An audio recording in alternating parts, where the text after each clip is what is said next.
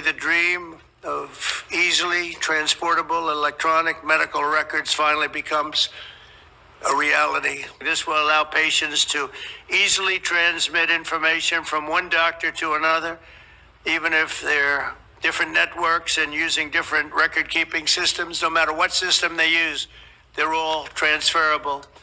The new standards will also make it simple for patients to access their own personal health records. I don't want to see mine, please. I don't want to see. I don't know about you. They have all sorts of things, sir. They can tell you exactly what your problem is going to be in 6 years. We can do it. You know, they have all these different things. I don't know if they work or not, but I didn't want to hear it. I didn't want to hear it. If they got a problem, I don't want to know about it right now. But it is amazing what they're doing. I don't know. Does it actually work? Can they do that? All right. Well, then I'm glad I said I don't want to know. But thanks to this announcement, healthcare providers across the country will also finally be able to kill the clipboard. It's an expression that's used, capital, with a capital C, kill the clipboard. Instead of filling out the same tedious paperwork at every medical appointment, patients will simply be able to grant their doctors access to their records at the push of a button. Just a button and you're all set, and all the information the doctor needs will be immediately transmitted. While Netflix and Airbnb and Uber drivers are racing ahead, making arrangements, identifying the problems that are challenging us in healthcare have become incredibly difficult. You can't make appointments. The average Americans are tired. They're tired of waiting for a doctor's appointment. They're tired of waiting for the surprise of what your hospital bill is going to offer. That's being addressed by one of the president's executive orders. They're tired of waiting for access to their medical records. You own your medical records. They're yours. Why you can't have access to them is a stunning reality in modern day America. They're also tired of waiting for Washington to take action. And this president early on emphatically stated that wasn't going to happen anymore. And today we made that vision into a reality. And there's a fine line between vision and hallucination. What you did today was show it's a vision because you share it with us and we're moving ahead on it. And that's what today's commitments essentially are reflecting. And they are pledges. They're not laws. They're nimble and they're fast and they're quick because the president understands that you, each of you in your own way, understand these needs. And Secretary Kennedy spoke beautifully about the reality of what happens when you actually have electronic records, because what he said is happening in Indonesia, we'll have here. Within a year, on your device, and 91% of Medicaid patients have smartphones. On this device, you'll get insights based on your records if you want. You don't have to take this. But if you desire, Amy Gleason is one of the smartest people I've ever worked with, has built a mechanism to be able to get you that information in a way with all these partners helping so that you can get nudged to pay attention to what you're eating and avoid processed foods that Secretary Kennedy smartly and wisely highlighted as so dangerous to our well-being. All of this, by the way, is that will be at the fingertips. In addition, advice about which doctor to see, when to go see them, nudges reminding you why I didn't do certain things. If you're a doctor like me, it's a very different story. It's to help you navigate the system better. It's giving you advice, decision support.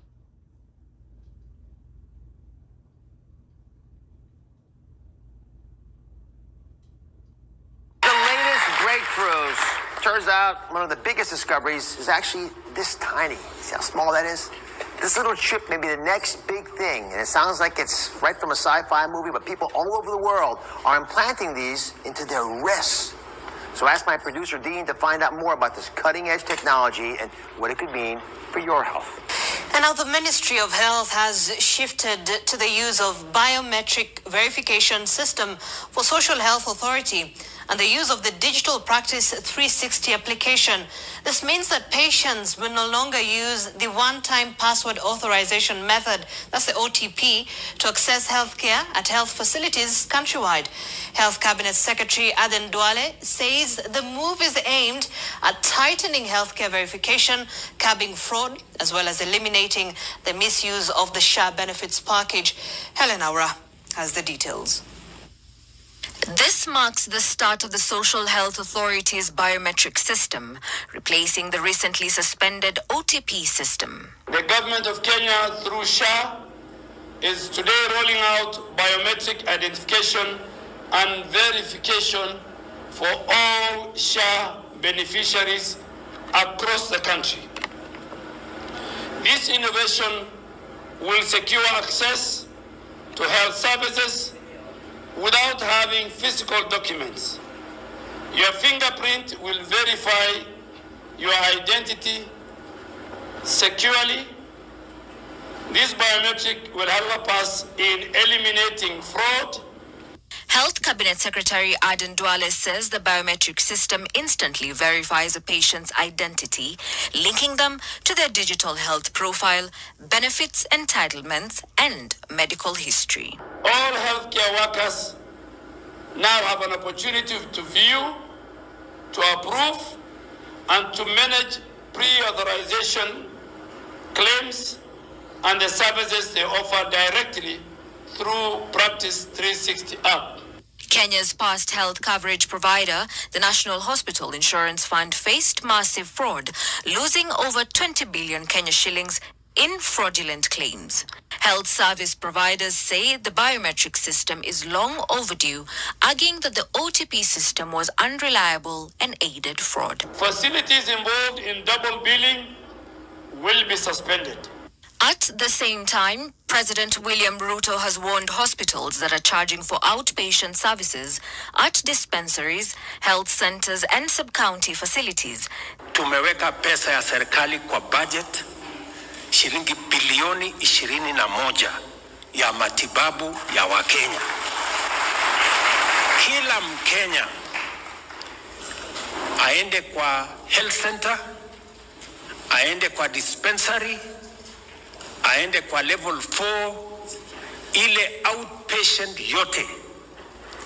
Utatibiwa, utapatiwa dawa, na usilipe chochote kwa sababu serikali ya Kenya itakulipia. As Kenya strives to enhance its digital healthcare system, health stakeholders are now urging the Ministry of Health to ensure all loopholes that ailed the defunct NHIF are sealed. Helen Aura, NTV. That the biometric QR has already been approved in Mexico is a new national identification tool that seeks to help in the fight against the disappearance of people. Here I explain what it is, how it works, and why it is so important. The biometric QR is a renewed version of the unique population registration key. Unlike the traditional QR, it will integrate biometric data such as fingerprints, a recent facial photograph, the holder's signature, and an iris scan. These elements will allow for much more precise identification and will help reduce the risk of identity theft or forgery. The facial photograph will be taken directly at the civil registry offices along with the rest of the biometric data, all to guarantee its authenticity. In addition, it will include the full name, date, and place of birth. This biometric QR will be available in physical and digital format and will serve as official identification throughout the country. Its main function will be to improve the search for missing persons, allowing real-time and highly accurate consultations. The information will be integrated into a single identity platform that will connect registries such as the Civil Registry, the National Forensic Data Bank, and other administrative databases, allowing for much faster, safer, and more effective identification. To facilitate search efforts, the law provides for access to this information to key agencies such as the Attorney General's Office, state prosecutors' offices, the National Intelligence Center, and other security agencies. This will allow them to act in a coordinated manner to locate missing persons. In addition, any public or private agency that refuses to share this data will face fines of up to 20,000 times the daily value of the unit of measurement and update. The biometric QR will be in charge of the Digital Transformation and Telecommunications Agency. It will be mandatory to carry out procedures and access public and private services, both in physical and digital media. Although the law has already been approved by Congress, the executive branch has yet to publish it in the official Gazette of the Federation. The process to obtain the biometric QR is expected to be available in the coming months, although there is no exact date yet. Do you think this measure will be useful, or does it represent a risk to your personal data? Leave us your opinion in the comments. The Ministry of Public Security is deploying electronic identification, authentication, and biometric recognition for flight check-ins. Biometric check-in is being introduced in 3 phases. It has already been deployed at major international airports such as Noi-Bai, Tan Son Nhat, Da Nang, Phuoc, Cam Ranh, Po Bai, and Cat Bai. By mid-September, it will be expanded to 11 more airports. From the beginning of 2026, at least 70% of domestic passengers will check in through automatic gates using biometric technology, aiming to apply synchronously nationwide.